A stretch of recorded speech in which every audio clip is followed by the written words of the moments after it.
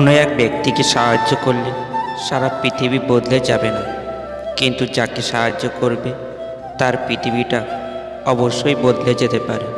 প্রয়োজনের থেকে বেশি ভালোবাসা পেলে মানুষ অবহেলা করতে শুরু করে। তাই কাউকে অতিরিক্ত ভালোবাসতে নেই।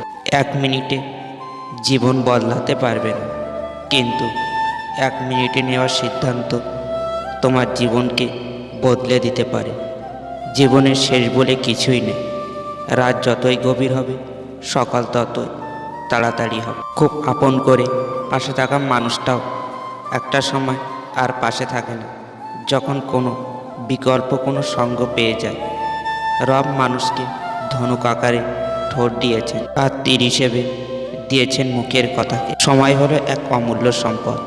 যদি তুমি সময়ের মূল্য না দাও, ভবিষ্যতে তোমার নিজেরই কোনো মূল্য থাকবে না। সুখ হলো প্রজাপতির মতো, ধরতে গেলে উড়ে যায়।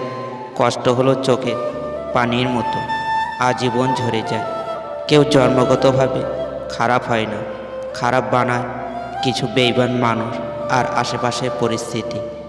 আমি কাউকে কষ্ট দেইনি, এই কথাটি হচ্ছে অহংকারে আর একটি নাম। তুমি হয়তো জানো না, নীরব থেকেও মানুষকে কঠিন কষ্ট দেওয়া যায়। যখন জীবনের কিছু হারানোর বাকি থাকে না, তখনই মানুষ নিজের ভুল একে একে বুঝতে পারে, আর তখন তার কিছুর করার থাকে না। স্বামীর থেকে বড় আপন এই পৃথিবীতে কেউ হতে পারে না। আজ তুমি স্বামীর ঘরে ভালো থাকবে, সুখে থাকবে, তোমার পাশে সবাই থাকবে, কিন্তু একবার স্বামীবিহীন হয়ে দেখো।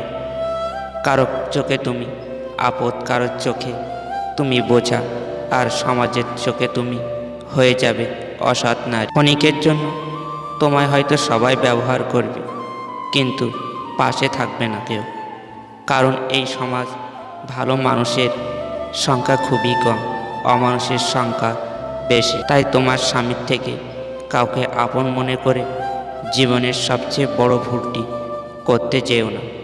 মুখের ভাষা খারাপ হলে চরিত্র খারাপ হয় না। মিষ্টি কথার ভেতরে অনেকেরই খারাপ চরিত্রটা বোঝা যায় না। মানুষ অপেক্ষা করে সুন্দর একটা ভবিষ্যতের জন্য, আর ভবিষ্যৎ অপেক্ষা করে মানুষকে মৃত্যুর সাথে পরিচিত করানোর জন্য।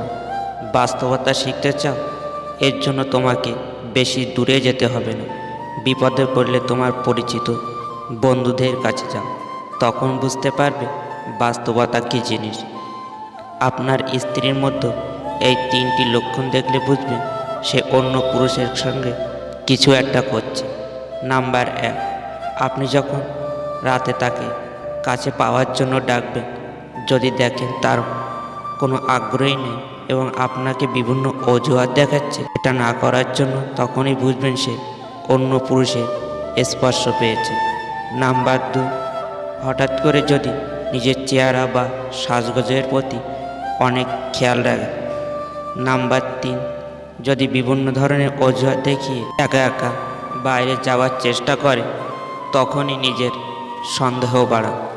যদি ভিডিওটি ভালো লেগে থাকে একটি লাইক করবে আর সাবস্ক্রাইব করে আমাদের সাথে থাকবে।